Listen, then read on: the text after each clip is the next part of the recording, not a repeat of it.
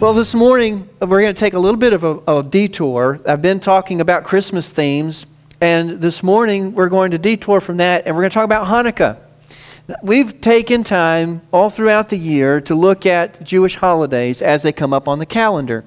But this morning, as we look at Hanukkah, you need to understand this is not one of those holidays that you're going to find in the Old Testament in the Torah. It's not listed in there. It's not like Pentecost or Sukkot or any of those other Passover, things like that we've already talked about all year long. This one's a little bit different. It's not one of those. And the reason for that is the historical event that brought about Hanukkah happened after the last book of the Old Testament was written. Malachi was written somewhere around the 5th century BC. But the events that brought about Hanukkah didn't happen until the 2nd century BC. And so historically, it doesn't even happen in the Old Testament. But it's one of those things that, you know, when God does something great, you want to celebrate it, right? Just like Christmas. There is nothing in the Bible that tells us to celebrate the birth of Jesus. There's nothing in there about Christmas. Now, we understand that Christmas is about the birth of a Savior, and so we understand that part is in there. And of course, it tells us the story of His birth and all of that. But there's nothing in there that says this should be called Christmas, and you need to celebrate it on this date every year, and there's the things you need to do. None of that's in there. We just recognize that it's a great event. It's the greatest event in history, that Jesus came to earth as God incarnate. Well, that needs to be celebrated. And so we celebrate Christmas even though there's not a mandate in the Scriptures to do so. Well, it's similar with Hanukkah. Hanukkah celebrates a historical event where God showed His grace in an incredible way, and it ought to be celebrated. And so that's exactly what the Jews do. So it's not like their version of Christmas. That's not what Hanukkah is. So don't think of it that way. It's a completely different thing. It's not related to Christmas. It's Hanukkah. So to understand it, we first need to take a tour back through history and see what happened. How many of you remember the ancient empires that rose up? You remember the Israelites were taken into captivity by the Babylonians. Remember that? And then the Medes and Persians took power. Well, after that, the empire of Greece came into power. And Greece became a great world empire. And how many of you have heard of Alexander the Great? You remember him from history? Your history class? I'm bringing you back from high school and college and those history classes you had to take. Alexander the Great. He was one of the greatest emperors of the Greek Empire. But after his death, the empire kind of started to shake and rumble a little bit. And there was divisions and there was conflicts between family members and rulers. And they ended up dividing the Greek Empire into 4 different empires. And Israel was kind of caught in between 2 of those resulting splits. There was the Ptolemies down in Egypt that came up toward Palestine, and then there was the Seleucid Empire that was in Asia and came down through Palestine. So right where those 2 empires met, the Ptolemy and Seleucids, that's where Israel was. And for a long time, they were part of the Ptolemy Empire down in Egypt. Until something happened. There was a ruler who decided that he wanted a piece of the action. And so Antiochus III decided in 200 BC that he was going to go down and he was going to fight against Ptolemy V in Egypt. And he actually defeated him. And because of that battle and the defeat of the Ptolemies, Israel ended up being absorbed into the Seleucid Empire. So now they're changed hands. They're in a different empire now. But Antiochus III was very kind. He said to the Israelites, he said, you know what? You can continue your life as it has been. You can continue to worship the God that you worship and continue to practice your religion the way you have been practicing it. All of that will not change. You just keep on doing what you've been doing. So that was all fine and dandy. But there was another problem that was brewing in Israel. Aside from this changing hands from one empire to another, there was a little internal battle going on inside of in Israel. Because there were some Israelites who thought that they should, as a nation, begin to adopt Greek culture. Let's go ahead and become like the Greeks. Look how great their empire is, and look what all of they're doing. And whenever we resist them, then we have problems and trouble. So we should just adopt their culture and become like them. When a Jew abandons his Jewish culture and adopts Greek culture, we call them a Hellenized Jew. Now that doesn't mean that they're going to hell. That's not what that's about. The word Hellenization refers to the adoption of Greek culture. That's what that means. So when we say a Hellenized Jew, we mean a Jew who has taken on Greek culture, Greek ideology, worshiping even the Greek gods. And so they've taken on this new culture. So now you have this battle going on. And one of the groups that was really strongly supporting the idea of adopting Greek culture was the Tobids. They were the sons of Tobias and Tobias. And so they were really pushing for this. And there ended up being these battles for who was going to become the high priest. Is it going to become one of the Orthodox Jews who wants to stay with Judaism, or is it going to be one of those Hellenized Jews that wants to convert everyone over to Greek culture? And so there were these battles going on for power in Israel. Who's going to be high priest? And eventually, the struggle became strong, and the Tobias were exiled out of Israel. They said, you guys get out of here. We're not taking this anymore. We're Jewish and we're going to stay Jewish. And so they left to Syria in the Seleucid Empire, and they got kicked out and they left. Well, let's go back to the Greek Empire one more time. Now, at this point in time, this happened in 175 when they got kicked out. The empire had changed hands. The Seleucid Empire had changed hands from Antiochus III to Antiochus IV, or they call him Antiochus Epiphanes. You may have heard him called that. That was the son of Antiochus III. Well, this guy was also power hungry, and these guys who got kicked out of Israel came to him and said, listen, I think you should go down to Israel, and specifically Jerusalem, and I think you should invade them. And I think you should just take over, because those people are worshiping their own God, and you need to convert them over to your culture and your ways, and I think you should just go down there and do that. Well, he listened to them. And so Antiochus IV went down to Jerusalem and attacked Jerusalem, and he was ruthless. He was slaughtering people, killing them. He went into the temple of God and he took out all of the furnishings. You remember in the temple, they had the table for the showbread, the candlestick, the golden candle lampstand, and they had the altar for burning incense. You know, a lot of these things are covered in gold, so they're valuable. And so he went in and he looted the temple and he took all this stuff out. This happened in 170. And then he not only did that, he told the Jews, he said, you can't worship your God anymore. I forbid it. You cannot worship the Lord God of Abraham, Isaac, and Jacob. And he said, you can't study the Torah anymore. No more studying the Scriptures. From now on, you're going to have to worship my gods. And he went even further than that. He went down to the temple and he built a statue of Zeus inside the temple of God. You talk about an abomination. That's horrible. And then he decided that he would sacrifice pigs on the altar at the temple. You remember that God forbid the Jews from eating pigs because pigs are unclean. So sacrificing an unclean animal on the altar of God defiles the altar. It can't be used anymore. It's defiled. And so he absolutely just ruined the temple. And he ruined worship in Israel. And it was so strong-fisted against the Israelites that the Israelites became upset about it and angry. And there started to build this uprising against Antiochus IV. But what are you going to do when you're a tiny nation and you're facing a giant power like the Seleucid Empire? What do you do against something like that? Well, there arose a bunch of rebels. And they entered into a conflict that lasted 7 years, and we call it the Maccabean conflict. And it was based on a revolt that was started by a man named Mattathias. He was a priest, and of course he loved the Lord and he wanted to worship God.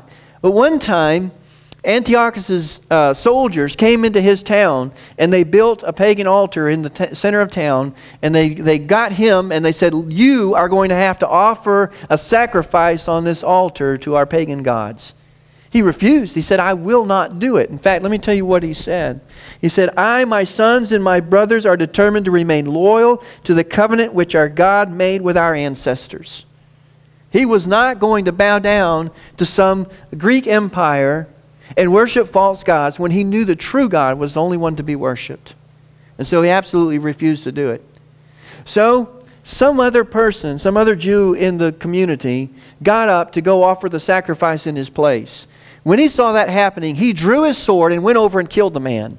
And then he and his sons and all of his friends rushed and attacked the Syrian soldiers. And they slaughtered some of them and chased the rest of them out of town, and they left. Now he knew that when they did that, they were making a statement, but also they were going to anger Antiochus, and he was going to come back with vengeance. So they had to leave their hometown and go into hiding. And then that started this kind of guerrilla warfare, where they would hide in caves and in the mountains, and then they would kind of secretly attack the Syrian soldiers as they came into town. And this went on for a while. Now, the next year after this first rebellion, the father died. But his children continued to serve in this revolt to free the Jewish people. And his son Judas kind of became the leader. And they called him Judas the Hammer. Can you imagine how he must have been one bad dude? I mean, Judas the Hammer. And in Hebrew, the word hammer is Maccabee. And so that's where we get the word Maccabeans, from Judas the Maccabee, the hammer.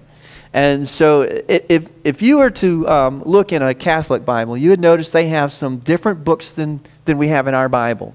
They have what we call the apocryphal books of the Bible.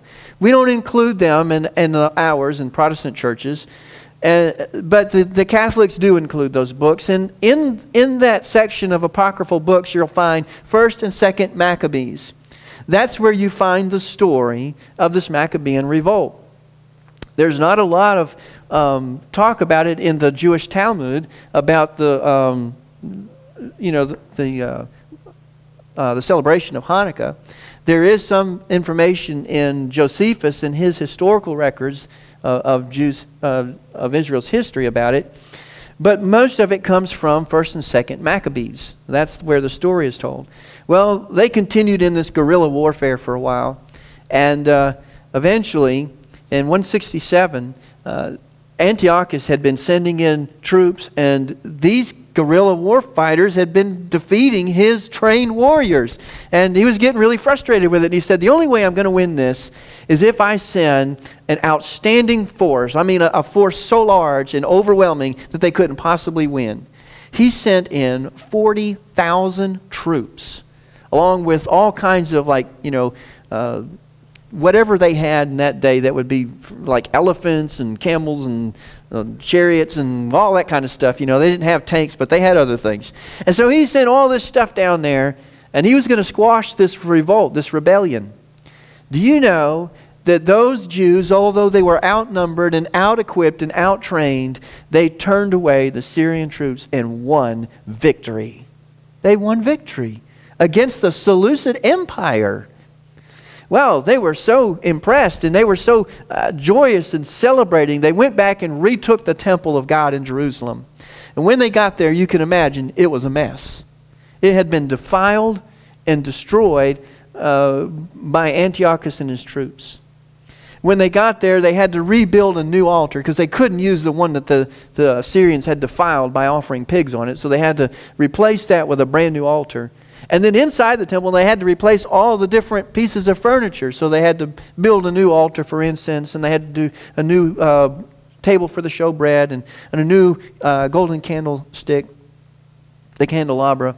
In fact, we got a picture of a menorah that you can see. That's a replication of what the menorah would look like, the 7 lamps. And they would put oil in it. And then those lamps would burn, and it was required for them to fill the oil lamps every night, and it would burn all night long until the next morning. That was a requirement in the law. The problem was when they started cleaning up the temple and looking around and they got everything set up to go, they realized that they didn't have enough oil, because the oil that was in the temple had been defiled by the Syrian soldiers. They only found one flask of oil that had not been tampered with, and it still had the seal of the priest on it. So they knew that it was holy, it was sacred. They could use that oil. But there was only enough in that flask for 1 day's worth of burning the menorah. Well, that's a big problem, because it was going to take 8 days to get enough oil, because they had to go through a process of purifying it ritually. And so it took 8 days to produce the oil necessary to light this menorah. And they only had enough oil for one. But do you know that miraculously, that oil burned for 8 days? And so they had, by the time they had gotten the new oil ready, they needed it. But up until then, God let that fire continue to burn for 8 days, even though there was only really enough there for one. How many of you know that's like our God? He provides for us when we don't have what we need. And that's what He did for the Jews. It let them know that He was still there for them. That when their hearts were fully devoted to Him, and they fought for freedom of worship. They were fighting so that they could worship their God. And God honored them by allowing them to have victory over a troop and an empire much greater than them. And then by miraculously providing the oil that they didn't have. And so God helped them. And after that happened, they decided to create a celebration. They said, you know what, every year we ought to celebrate. And let's call it the Festival of Lights. And that's what this holiday is called, the Festival of Lights, to remind us that our God gave us victory over our enemy, and that He provided oil for us when we only had 1 day's worth. He provided 8 days worth. And so that brings us to the celebration of Hanukkah. That's why the Jews celebrate Hanukkah. And you're probably familiar with this. This is a menorah, but it looks different from the one that's up on the screen, doesn't it? This one does not have a place for 7 lamps. It's got a place for 9. And the reason is there are 8 to represent the 8 days that God provided oil. And then the other one is for the candle that you use to light the other ones. So that's what this is all about. The Jews will use the menorah, and they'll set it up this way every day. See, the holiday lasts for 8 days. Why 8 days? Well, because God provided oil for 8 days. And today actually is the last day of Hanukkah, December 16th, this year. It's different dates every year. You know how the Jewish calendar flows. And so the holiday doesn't always land in the same spot. But today is the last day of the Jewish holiday of Hanukkah. So today, Jews will put a candle in every slot. But on the first day of Hanukkah, they only put 1 candle in. And they put it in on the right one. Well, for me, it's the right one. For you, it's left. But I'm looking at it, so it's for me. It's the right one. And then the second day, they'll put the next candle in. Wow, that one doesn't even fit. All right, guys. You got to make these things fit here. Should have tried this ahead of time. There we go. So you got to put one in for each day. So the third day, they put another one in. And then the fourth day, they put another one in. I like the colors, don't you? Isn't that pretty? And then, let's get a red one. So, that's day number 5. Day number 6. Day number 7. And day number 8. So now, today is the 8th day. You filled up all 8 candles. You start from the right, put them all in to the left, and then you take your last candle and make sure it's going to fit in here. Alrighty. And you use this one to light them. So when we light, we're going to light from left to right. We put them in from right to left. We light them from left to right. And they'll take this and they'll put it in the window in the front of the house. And they encourage each member of the family to light one. So like the kids will have their own menorah, and they'll get to light their menorah. And then after you light the menorah, you light it at sunset, right around sunset. And the rule is that you want it to burn for at least 30 minutes after sunset. So they make these candles so that they're designed to last 30 minutes. So let's check our time here. We got 11:44. So they're supposed to last for 30 minutes after sunset. Now on the Sabbath, that's a problem because you can't light a fire on the Sabbath. It's against the rules. So you have to start it before sundown. So you have to use longer candles with more wax or more oil if you have an oil burning one, so that it will last 30 minutes past sundown. You can't use the menorah for ordinary purposes. Like, for example, for reading. You can't use it for something like that. It's only designed for you to look at and to think about what God has done and His grace and His provision. So it's common for the family to sit in the room where the candles are lit and watch them while they're burning, or to read stories, to play some games and things like that. So that's how that works.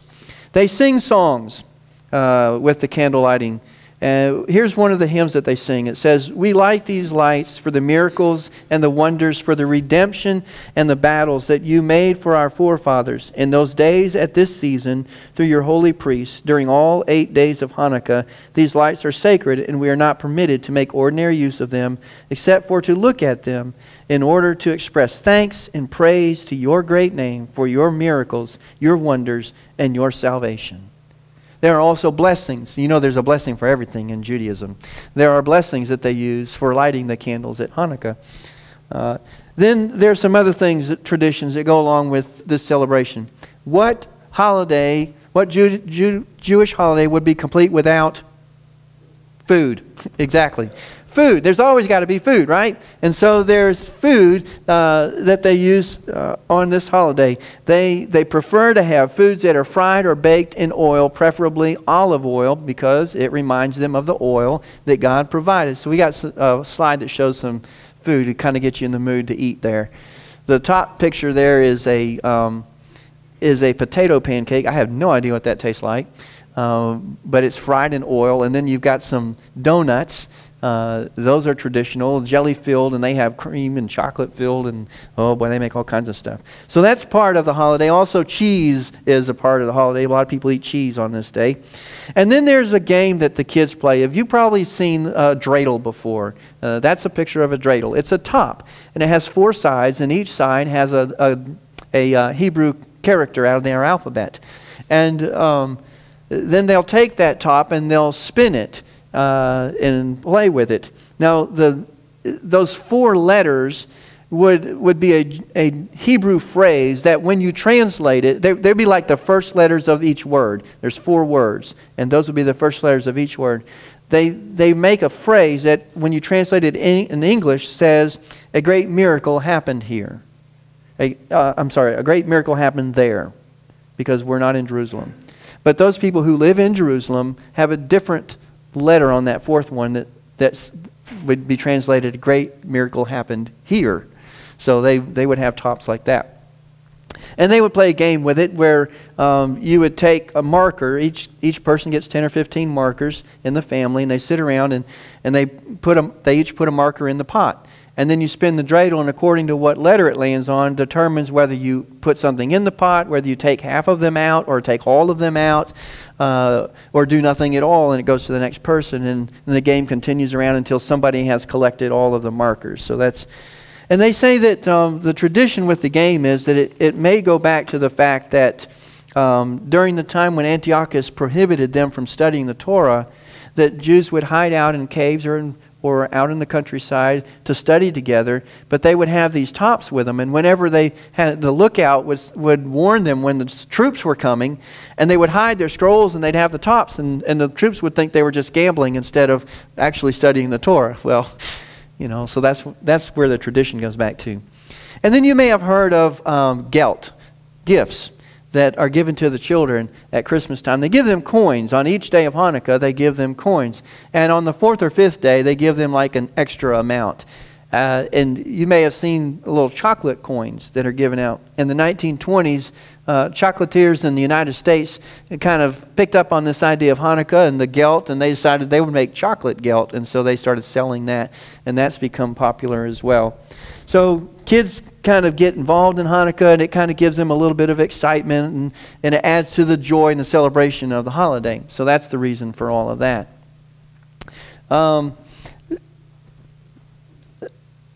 We're going to skip the video for right now. I've got a video I want to show you, but I'm going to just wait till the end. We'll see that at the end. I want to talk about something else for just a moment, because I want to tie this into us. You say, okay, we talked about Hanukkah, so now we understand it, we get it, we know what it's about. But you know what? Even the celebration of Hanukkah, which isn't recorded in the Bible, in the Old Testament, which isn't mandated by God, and yet it is based on God's miraculous provision. It's based on something that God did for His people. But it also, I think, points us to Jesus. I think even Hanukkah can help us see Christ in the Jewish celebration. The Jews add some special prayers to their daily prayers during Hanukkah, and they say it is to offer praise and thanksgiving to God for delivering the strong into the hands of the weak, the many into the hands of the few, and the wicked into the hands of the righteous. It's not difficult to identify with a story like this where people are being oppressed and they call out to their God for help. I mean, all we have to do is go back to Exodus, right? And we see the people of God being oppressed by the Egyptians, and they call out to their God, and God sends who? Moses. God sends a deliverer. When we need deliverance, God sends a deliverer. And so God sent Moses. And God sent Joshua, and God sent Gideon, and God sent Samuel, and God sent David, and God's always sending a deliverer. But there is an ultimate deliverer. There is one who comes to deliver us ultimately, and all Jews have been waiting throughout history for that supreme deliverance in the form of the Messiah. They've been waiting for a great deliverer. God sent Judas Maccabee, but God has sent Jesus. God has sent Jesus as our deliverer. When Jesus was born, He came into a situation where the Roman Empire was now in charge. It was no longer the Greeks, no longer the Seleucids. Now it was the Roman Empire. And Jesus is born into this situation. And He comes up to the synagogue and reads from the scroll of Isaiah when He begins His ministry. Luke chapter 4, verses 18 and 19. The Spirit of the Lord is on me because He has anointed me to proclaim good news to the poor. He has sent me to proclaim freedom for the prisoners and recovery of sight for the blind, to set the oppressed free, to proclaim the year of the Lord's favor. So people are realizing that Jesus is their deliverer. He has come to make deliverance for the people. He is our Messiah, because he read this passage. Wow, this sounds really great. And this is greater than Judas Maccabee, and this is greater than Moses, and greater than Joshua. Jesus is coming to really, He's the Messiah. He's the one that we've been waiting for. But as time goes along, people begin to realize that Jesus and His uprising has less to do with swords and shields and more to do with truth and philosophy. Because he begins saying things that don't make a lot of sense to them, because they're expecting power and authority, but Jesus is fighting a different war. John chapter 8, verses 31 to 32. Here's a conversation that He had with some Jews. To the Jews who had believed in Him, Jesus said, "If you hold to my teaching, you are really my disciples. Then you will know the truth, and the truth will set you free." You see, He's talking about freedom again. What did He say? His mission was to set the prisoners free. And He says, if you understand truth, you'll be set free. You'll be set free. Well, they responded by saying this. Verse 33. They answered Him, "We are Abraham's descendants and have never been slaves of anyone. How can you say that we shall be set free?" That was a crazy statement, because ever since the time of Abraham, they had been slaves numerous times to different peoples. And even now, they were subject to the Roman Empire. Even though it was a time of relative peace, they still were not completely free. They had to pay taxes to a foreign government. But Jesus redirects them, and He helps them to understand. Verse 34. Jesus replied, "Very truly, I tell you, everyone who sins is a slave to sin." He said, I'm not talking about foreign powers. I'm not talking about the Romans. I'm not talking about the Babylonians. I'm talking about sin. You're not free because you're a slave to sin. That's where you're captive. That's where you're held in chains. That's where your bondage is. So Jesus says it's not really about being set free from the Romans. It's not about being set free from any other world power. It's about being set free ultimately from the sin that enslaves us. The kind of freedom that Jesus wants to give is the kind of freedom that all of us need, freedom from sin. You see, if we go back to the story of Chanukah and look back and see what happened, they had a temple, and that temple was defiled because Antiochus came down and he set up an idol in that temple. But you and I are the temple of God, and we have set up idols in our hearts that defile this temple of God. And so you and I have sinned against God, and we set up idols of materialism, sensuality, and self-promotion. Different things that dethrone the true God of the universe and put different things in our hearts as idols. And Antiochus sacrificed pigs on the altar and defiled it. But you and I get our hands dirty with all kinds of sin that defiles us and causes us to be unclean. And Antiochus forbid the Jews to study the Torah, and yet we deprive ourselves of spending time with God in prayer and reading in His Word. We are destroying the temple of God just as Antiochus destroyed the temple in Jerusalem. And we need to be careful about that because sin holds us captive as prisoners, and we need to be set free from that. And as long as we allow sin to rule and reign in our lives, we're not free. We are not free. And what about this idea of light? The light that we see in the menorah. John chapter 1 verses 1 through 5 says this. In the beginning was the Word, and the Word was with God, and the Word was God. He was with God in the beginning. Through Him all things were made. Without Him nothing was made that has been made. In Him was life, and that life was the light of all mankind. The light shines in the darkness, and the darkness has not overcome it. Jesus created light in the first place. And Jesus is light. Light is powerful. Light dispels darkness. If you have a battle between light and darkness, who's going to win? Light. Because darkness is merely the absence of light. And as soon as light enters the room, darkness flees. And so darkness overcomes light. Light overcomes darkness, and darkness cannot overcome the light.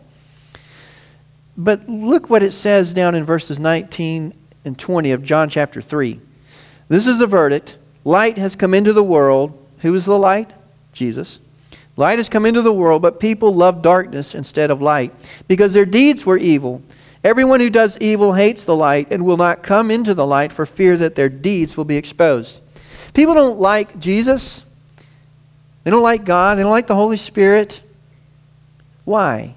Because Jesus is light, and light reveals things that had been hidden. If you're looking for something in your house and it's dark, you need a flashlight. Because when you have the light out, you can find things that were hidden because of the darkness. And we have things that are hidden in our lives in darkness, and we dare not let God see them. But when God comes in, He shines His light. And so anytime we get close to God, all of a sudden we begin to see the darkness, the sin being revealed in our lives. Remember the story when Isaiah had the vision? And he saw the throne of God and the majesty and glory and power of God. And he looked and he said, "Woe is me, for I am a man of unclean lips." What happened when he got close to the light? He began to see his own sin. He said, "Oh, I'm undone. I'm unclean." We recognize our sinfulness when we get closer to God. And so when we get closer to God, sometimes we think that we're more sinful. No, we're just seeing things we hadn't seen before, because the Holy Spirit's turning a light on in us that had not been turned on before. And so when people get close to God, they get uncomfortable. And some people don't like to come to church because they get uncomfortable, because they feel like God is peeking into their hearts. But you know what? God isn't speaking into our hearts to make us be uncomfortable. He wants to save us. He wants to redeem us. How do we get set free? How do we allow the light to free us rather than condemn us? Here's how. John chapter 8, verse 12. When Jesus spoke again to the people, he said, I am the light of the world. Whoever follows me will never walk in darkness, but will have the light of life. As long as we're following Jesus, we are in the light. Now, at first, that's uncomfortable. At first, it's a little bit awkward. Because when we first come to Christ, we realize how much we've messed up, how much we've done. Remember when Paul was saved? And he realized how much he had done to hurt Jesus and the church. But then the more he got close to God, the more he realized, hey, you know what? I've got a mission to do. I have a purpose in life. And the more we get close to God, the more we walk in His light, the more the darkness falls off. The more of the sin lets loose. You wonder why you have so much trouble overcoming sin, overcoming an addiction? It's because you're not close enough to the light yet. Because the closer you get to the light, the stronger the light is in your heart, the less influence and the less power sin has over you. That's a powerful thing for you to take home today. You think about that. The next time you're tempted to sin with something that you struggle with all the time, open up the Bible and start reading. You're not going to want to. And the reason you don't want to is because you know it's going to shut down that temptation. But you've got to do it. You've got to force yourself. You've got to let the light in, because as soon as you let the light in, the darkness has to flee. So we've got to push in. We've got to really push in. It's not easy, but pushing in closer to the light gets rid of the darkness. That's where we've got to walk, in the light. One of the things I love about Christmas is all of the lights. And we got all these trees back here with pretty lights on them. We got this menorah with light on it. But really what it reminds me of is the light of Jesus. He said, I am the light of the world. And if you follow me, you won't walk in darkness. You'll walk in light and life. Now that's something we need. Let's pray.